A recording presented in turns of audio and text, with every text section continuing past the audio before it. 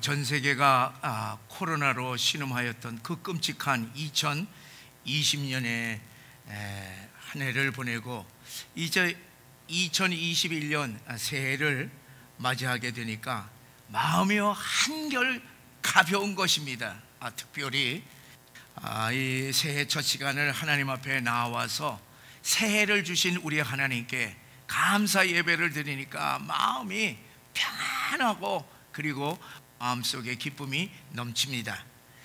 사랑하는 여러분, 새해가 되면은 너도 나도 누구나 다 새해에 이 희망을 꿈꾸고 있습니다.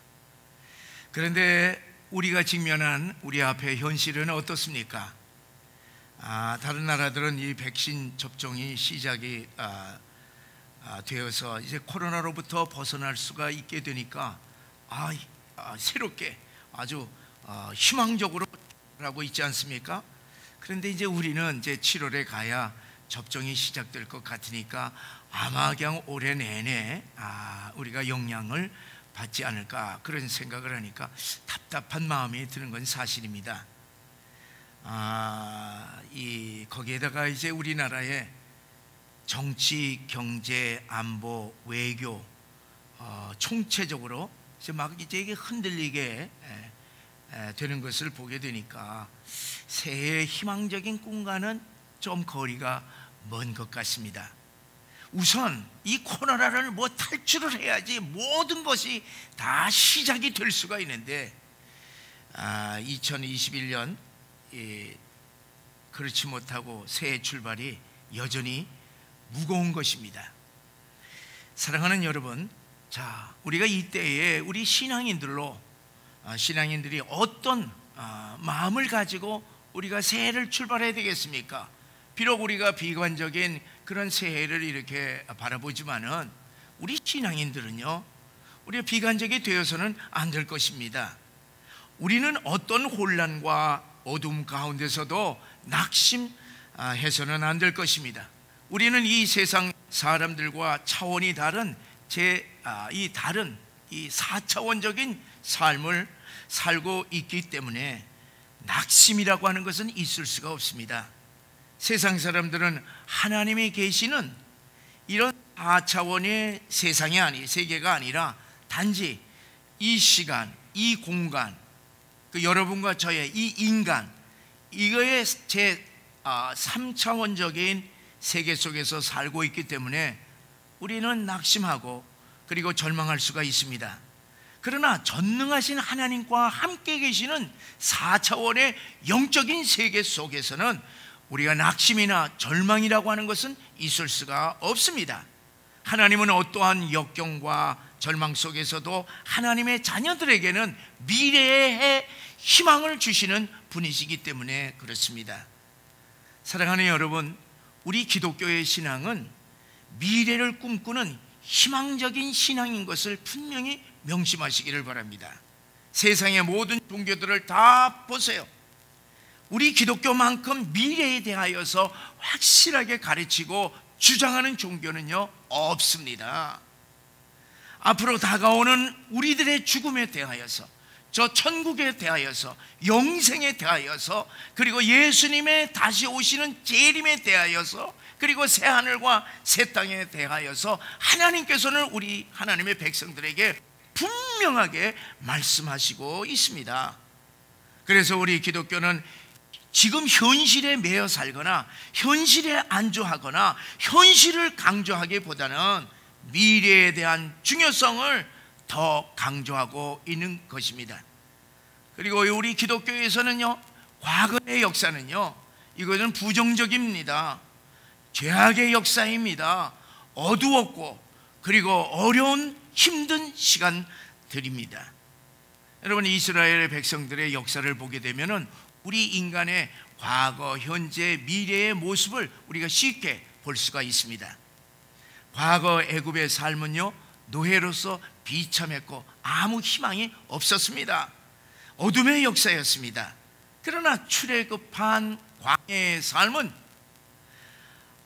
구원받은 하나님의 백성들로서 하나님과 함께 동행하는 새로운 인생들이었습니다. 하나님과 함께 미래의 가나안 땅을 바라보면서 새 출발을 했습니다. 그런데 광야에서 어려운 현실을 만날 때마다 이스라엘 백성들은 불평과 원망을 했습니다.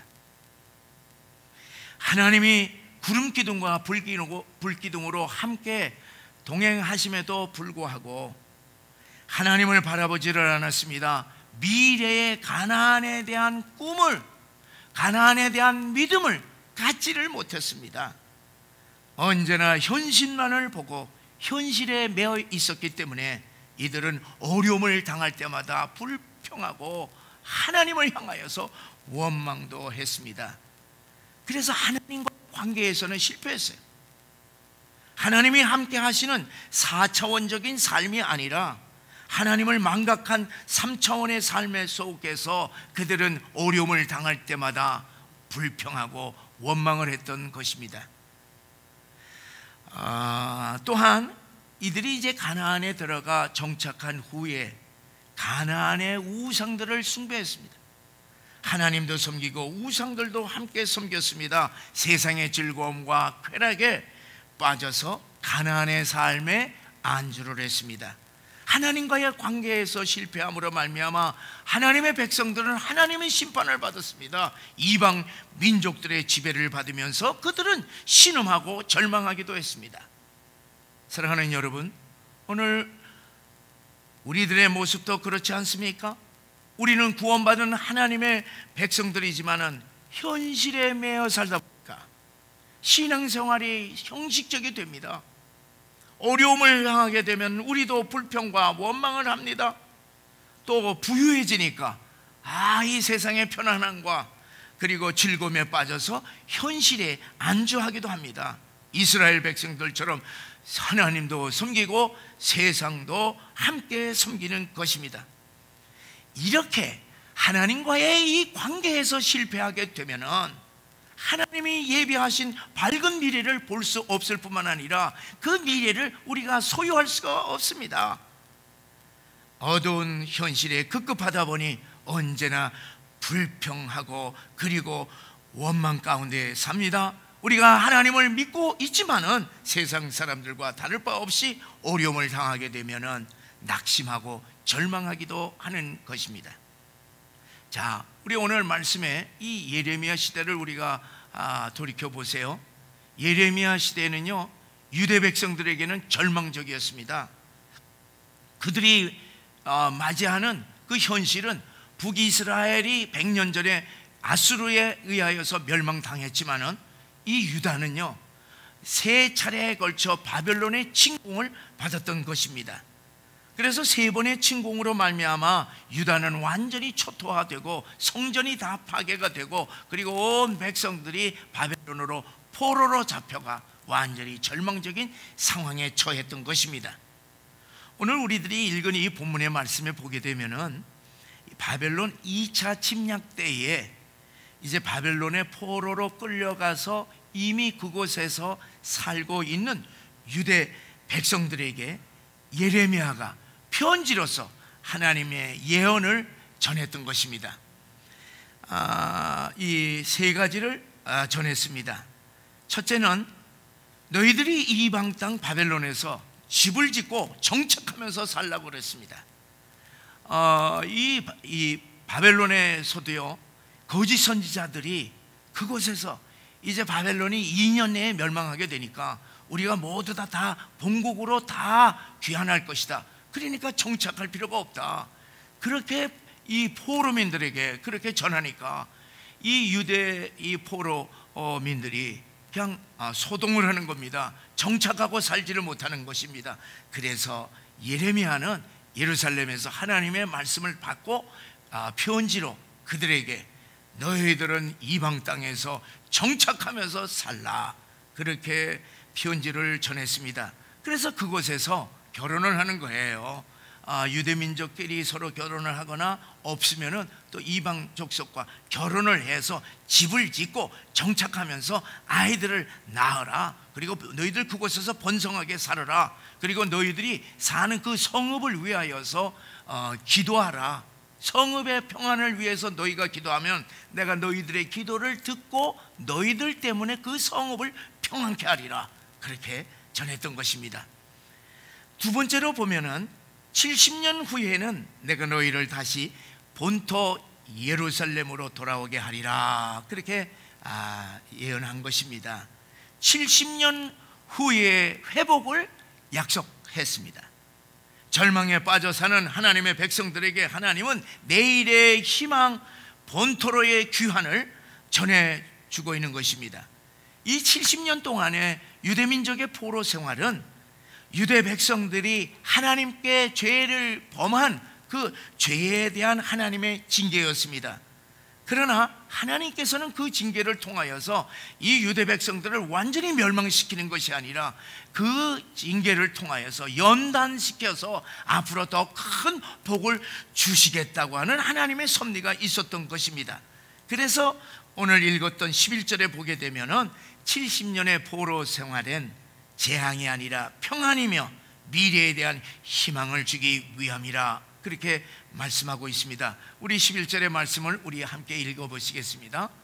여호와의 말씀이니라 너희를 향한 나의 생각을 내가 아냐니 평안이요 재앙이 아니니라 너희에게 미래와 희망을 주는 것이니라.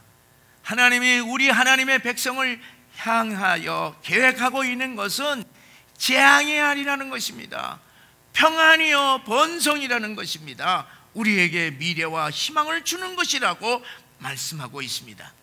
세 번째 보면은 12절과 13절에 나오는 말씀인데 하나님께 부르짖으며 기도하고 온 마음을 다하여 하나님을 찾으면은 만날 수 있다. 하나님을 찾게 된다고 하는 말씀입니다. 바벨론 땅에서 하나님께 기도하고 하나님을 찾으라고 하는 이 말씀은요 아주 중요한 말씀이었습니다. 왜냐하면은 당시 유대 백성들에게는 하나님은 어디서만 계시느냐, 예루살렘 성전에만 계시고 유대 나라에만 계시는 것으로 유대 백성들은 알았습니다. 그런데 이제 말씀하시는 것을 보니까 포로 생활하고 있는 이 우상의 도시 이방 땅에서도 계시는 하나님이신 것을 말씀해 주시는 것이, 우리가 믿는 하나님의 백성들이 믿는 그 하나님은 무소부재하신 하나님이신 것을 선포하시는 것입니다. 어디서나 기도하게 되면 하나님께서 들어주시고 어디서나 찾으면 만나주시는 하나님이라고 하는 아주 놀라운 말씀입니다. 여러분은 얼마나 복되고 희망적인 말씀입니까? 그래서 예레미야 29장 12절 13절에 보면은 너희가 내게 부르짖으며 내게 와서 기도하면 내가 너희들의 기도를 들을 것이요 너희가 온 마음으로 나를 구하면 나를 찾을 것이요 나를 만나리라. 그렇게 말씀하신 것입니다. 사랑하는 여러분, 우리가 이 말씀을 통하여서 우리는 어떠한 낙심과 절망적인 상황 가운데서도 하나님은 어제나 오늘이나 영원토록 하나님의 백성들에게 평안을 주시고 미래와 희망을 주시는 하나님이시고, 우리가 간절히 기도하게 되면 응답하시고 만나주시는 하나님이신 것을 분명히 믿으시기를 주의 이름으로 간절히 축원합니다. 여러분, 아브라함, 믿음의 조상 아브라함이 당면한 현실은 어떻습니까? 희망적이 아니었습니다. 희망이 없었죠.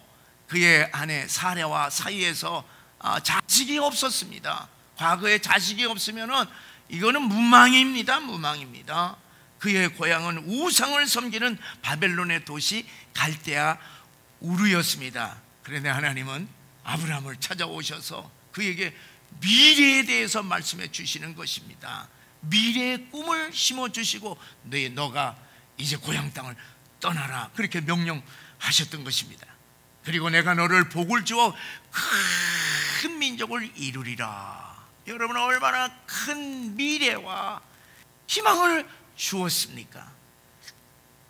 요셉도 마찬가지입니다. 요셉이 당면한 현실은요 정말로 어려운 현실이었습니다. 자, 이 어린 시절에 요셉은 어머니 라헬이 동생 베냐민을 낳다가 그만에 죽었으니 얼마나 슬펐겠습니까? 거기에다가 이 배달은 형님들이 10명이 그저 매일 그저 이 동생 요셉을 갖다가서 들들 볶으니 얼마나 괴로웠겠습니까? 가장 어렵고 힘들 때 하나님은 그에게 찾아와셔서 2개의 꿈을 주었습니다. 그래서 이 2개의 꿈을 가지고 노예 생활, 죄수 생활을 극복하면서 이방 땅 애굽에서 총리 대신에 이르기까지 되었던 것입니다. 여러분, 예수님의 제자들에게도 예수님은 미래의 꿈을 주셨던 것입니다. 고기잡이 베드로를 만나서 내가 너를 사람을 낚는 어부가 되게 하리라, 그렇게 말씀해 주셨습니다. 그리고 예수님께서는 제자들에게 십자가, 앞으로 다가올 십자가와 부활, 그리고 성령의 강림하심과 그리고 예수님의 다시 오시는 재림에 대하여서 말씀했습니다. 그리고 너희들이 이제 성령의 권능을 받게 되면은 땅끝까지 이르러 나의 증인이 되리라. 이 세상을 영적으로 정복하라. 주께서 제자들에게는 항상 미래에 대해서 말씀해 주셨습니다. 그리고 요한복음 14장 2절 3절에 보면은 또한 이렇게 말씀합니다. 우리 다 같이 한번 읽어보시겠습니다. 내가 너희를 위하여 거처를 예비하러 가노니 가서 너희를 위하여 거처를 예비하면 내가 다시 와서 너희를 내게로 영접하여 나 있는 곳에 너희도 있게 하리라. 여러분, 우리 주님이 장차 우리를 위하여서 우리들이 거처할 곳 마련해 주신다고 하는 사실입니다. 여러분, 우리 주님께서는 제자들에게 또한 오늘 우리 하나님의 백성들에게 미래에 대한 꿈을 주실 뿐만 아니라 미래에 우리들이 살 영원한 터전, 그 영원한 터전을 준비해 두었다고 하는 사실입니다. 여러분, 이것이 우리 기독교의 신앙인 줄 믿으시기를 바랍니다. 그런데 사랑하는 여러분, 우리 인간은 어떻습니까? 우리 인간은요, 미래에 대하여 확신하지를 못합니다. 그래서 미래에 대하여서 항상 우리는 불안해하고 있는 것입니다. 우리 인간만큼 미래에 대하여서 불안해하고 걱정을 많이 하는 존재도 없을 것이에요. 왜 그랬습니까? 미래는 우리의 시간이 아니기 때문에 그렇습니다. 미래는 우리 사람의 영역에 속한 것이 아니기 때문에 그렇습니다. 미래는 하나님의 시간이요, 미래는 하나님의 영역에 속한 것이기 때문에 그렇습니다. 그래서 하나님을 우리들이 찾지 아니하면은 미래를 꿈꿀 수가 없어요. 우리들의 모든 미래는 하나님의 손에 쥐고 계시기 때문에 하나님을 떠나서는 우리가 미래를 온전히 우리의 것으로 할 수가 없습니다. 하나님이 없이는 미래가 없습니다. 영생이 없습니다. 여러분, 하나님께서 우리의 모든 미래를 다 예비해 주시고 미래와 그리고 희망을 우리들에게 주시는 하나님이신 것을 믿으시기를 바랍니다. 그래서 이제 사람들은요, 이 눈에 보이는 현실에 안주하기를 원하는 거예요. 현실을 더 강조하고 살고 있습니다. 그러나 우리들은 미래에 대한 미래에 이루어질 하나님의 약속을 우리 모두 다 믿고 우리는 어떻게 해야 됩니까? 기다려야 되는 것이에요. 무엇을 가지고? 믿음을 가지고 기다리는 것입니다. 어떠한 어려운 환경 가운데서도, 어떠한 어두운 현실 속에서도 우리는 주님께서 우리들에게 약속하신 두려워하지 말라, 내가 너와 함께 함이니라, 너희는 놀라지 말라, 어떤 현실 속에서도 내가 너희의 하나님이 됨이니라, 하나님의 약속을 우리들이 믿고 우리를 기다리는 것이 우리 기독교의 신앙인 줄 믿으시기를 바랍니다. 사랑하는 여러분, 올해 우리의 현실이 매우 불안하고 그리고 또한 두려운 코로나 시국이 계속 될지라도 하나님께서 우리와 함께 하심을 믿으시고 평안과 미래와 그리고 희망을 주시는 하나님을 만나시기를 주의 이름으로 간절히 축원합니다. 자, 그러면 어떻게 우리가 구체적으로 이 평안과 미래와 희망을 주시는 하나님을 만날 수 있는가 하는 것을 우리가 생각하고 이 한 해를 출발해야 되겠습니다. 그래서 오늘 우리들이 이미 읽은 12절과 13절의 말씀입니다. 우리 다시 한번 우리 함께 읽어보시겠습니다. 너희가 내게 부르짖으며 내게 와서 기도하면 내가 너희들의 기도를 들을 것이요 너희가 온 마음으로 나를 구하면 나를 찾을 것이요 나를 만나리라. 우리가 이 말씀을 늘 애송하고 있지 않습니까? 하나님이 우리의 기도를 들어주시고요 우리를 만나 주시기만 하면은요 우리는 항상 평안할 수가 있습니다. 여러분, 우리의 미래의 꿈은요 하나님께서 우리가 다 이루어 주실 것입니다. 그렇기 때문에 여러분, 우리가 하나님께 나와서 부르짖고 기도하면은 우리의 기도를 들어주시고 하나님이 우리에게 평안과 미래와 희망을 이루어 주신다고 말씀하였기 때문에 올해 이 한 해를 기도에 전념하시기를 간절히 바랍니다. 여러분, 사실 또 우리가 이와 같은 이런 이 시국이 계속된다면요 무엇뿐이 할 수밖에 없습니까? 기도 외에는 할 것도 없어요. 다른 뭐를 합니까? 우리가 지난 한 해 동안 우리가 다 계획을 하고 뭐 다 했지만 우리가 한 게 뭐 있습니까? 한 건 기도 하나뿐입니다. 그러나 여러분, 우리가 분명히 하시기를 바랍니다. 기도 가운데에 미래가 열려진다고 하는 사실을 우리가 믿어야 합니다. 구하라 그러면 얻을 것이요 찾으라 그러면 찾을 것이요 문을 두드려라 그러면 열릴 것이니라. 하늘의 아버지께서 구하는 자에게 좋은 것을 주시지 않겠느냐. 미래에 우리들에게 주신다고 약속하셨습니다. 사랑하는 여러분, 우리의 미래가 기도에 달려있다고 하는 사실을 믿으시기 바랍니다. 기도하게 되면요 우리들에게 하늘의 권세와 능력이 우리들에게 임하게 됩니다. 기도하게 되면은 우리들이 악한 영들을 다 쫓을 수가 있습니다. 기도하게 되면은 우리들이 무슨 독을 마시고 그리고 뭐 해를 입는다 하더라도 그 해 입지를 않습니다. 그리고 또한 기도하게 되면 질병도 치유한다고 약속하고 있습니다. 여러분, 이러한 약속을 우리들에게 많이 했는데 우리가 이 미래에 이루어질 이 엄청난 희망적인 약속이 오늘 우리 현실에서 이루어지지 않는 것이 왜 그렇습니까? 기도하지 않기 때문에 그렇습니다. 기도하게 되면 하나님께서 주시리라고 그렇게 약속하셨습니다. 저는 여러분에게 말씀드렸습니다만 지난 한 해 아무것도 한 게 없더라고요. 단지 한 건 딱 하나요. 새벽기도 그리고 밤 없이 기도한 이외에는 없습니다. 그랬더니 은혜를 많이 받았습니다. 그래서 이제 올해도 여러분들과 함께 기도하기를 원합니다. 여러분, 코로나의 방역을 아무리 올린다 하더라도 새벽기도는요 텅텅 비어 있습니다. 지난 1년 내내 우리 새벽기도 했어요. 텅텅 비었습니다. 그리고 그러니까 얼마든지 우리는 주 앞에 나와서 기도할 수가 있는 것이에요. 또 우리가 가정에서 밤 9시에 우리 함께 기도하지 않았습니까? 정말 은혜가 컸어요. 그러니까 우리 온 성도들이 이 같은 시간에 같은 마음과 같은 기도 제목을 가지고 같은 하나님께 기도하니까요 저는 은혜를 많이 받았습니다. 이제 제가 이 경험한 것을 여러분에게 나누지 않을 수가 없어서 새해 첫 시간에 여러분에게 제 체험을 얘기를 보고를 하겠습니다. 어제 12월 31일 제게 이제 한 해를 저도 마무리하면서 하나님께서 저에게 아주 귀한 은혜를 주셨어요. 지난 30일 수요일 저녁에 이제 식사를 하고 난 다음에 제가 이제 말씀을 준비하고 있는데 전화를 받았습니다.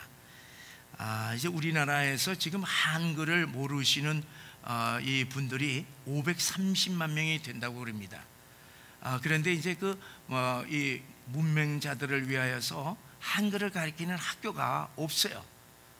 그런데 이제 창세학교라고 이제 그 학교를 설립을 해서 이제 하나님의 말씀을 전하면서 이렇게 이제 한글을 이렇게 가르치는 이제 학교의 교장 선생님이 저하고 이제 대학의 선배님 되세요. 이제 그분이 전화가 온 거예요. 전화가 와서 이제 근데 뭐라고 얘기하냐면 내일이 31일인데 그동안에 이 코로나 때문에 어디 모금도 안 되고, 그런데 이분들 10명의 강사들이 있는데 강사료를 주지 못해서 지금 미뤄서 12월 내일이 이제 마지막 날인데 어떻게 할 수 없는데 목사님 좀 어떻게 한양교회에서 도와줄 수 없습니까? 그렇게 얘기를 하는 거예요.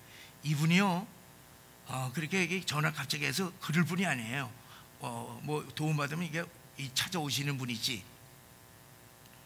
근데 이제 우리 교회에서는 권사회에서 이미 100만 원을 얼마 전에 이렇게 이제 선교헌금으로 보냈거든요.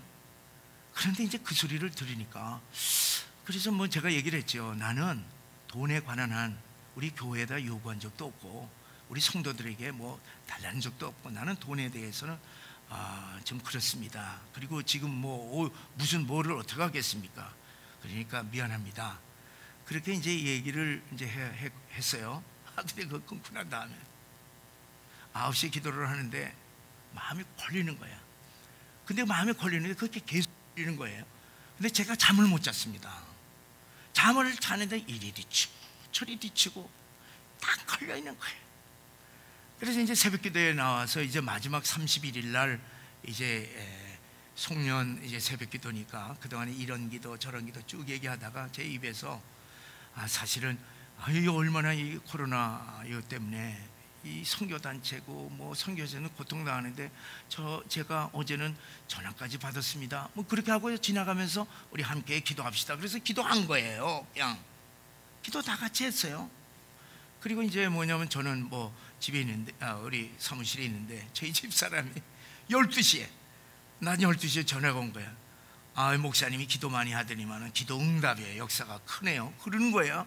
그래서 전화를 하라는 겁니다. 그래서 전화를 했죠. 이제 함께 이제 새벽기도 하였던 이제 황금옥 집사님이 내려가다가 새벽기도 끝난 다음에 내려가는데 그게 걸린 거야. 마지막에 그냥 이렇게 제가 흘린 게 그게 마음에 딱 걸려갖고 딱 생각나시는 분에게 이 사람한테 전화를 해야 되겠구나. 전화를 딱 했는데 그분이 친구 되는 서혜경 집사님이세요. 그래서 전화했더니만 이분이 얘기가 뭐냐, 내가 800만 원을 모아둔 것이 있다. 그래서 이걸 어떻게 하나 그렇게 생각 중에 있었다는 얘기예요. 그러니까 뭐냐면 저한테 전화를 해주는데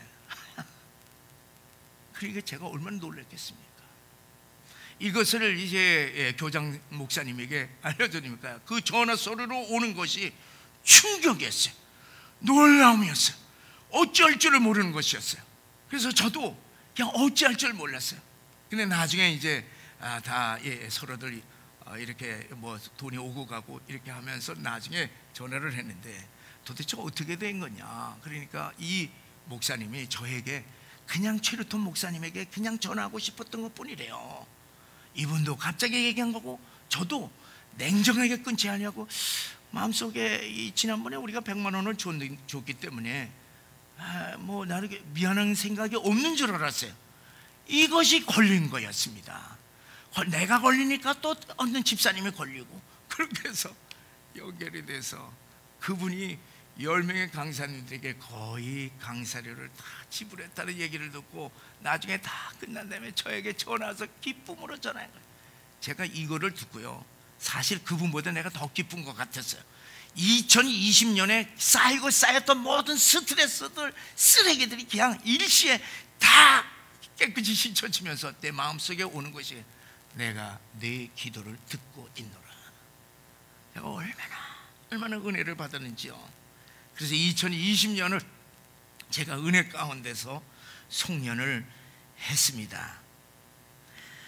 저는 1년 동안 이 금요 집회 외에는 항상 하루도 빠짐없이 9시에 하나님 앞에 기도했더니 하나님께서 그래 내가 네 기도를 응답하노라 마지막 날 응답해 주셨습니다.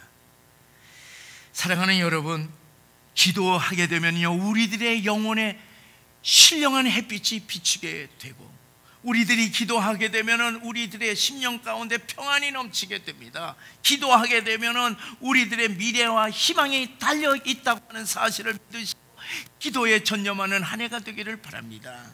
사랑하는 여러분, 우리의 기도에 내 사랑하는 가정과 내 사랑하는 자녀들의 미래가 있습니다. 내 기도에 이 나의 사업과 직장이 달려 있습니다. 기도에 우리 교회의 부흥과 다음 세대가 달려 있습니다. 우리 기도에 우리 한국 교회와 우리나라가 달려 있다고 하는 사실을 믿으시고, 여러분 새벽에 그리고 밤 9시에 함께 기도하시기를 주의 이름으로 간절히 부탁드립니다.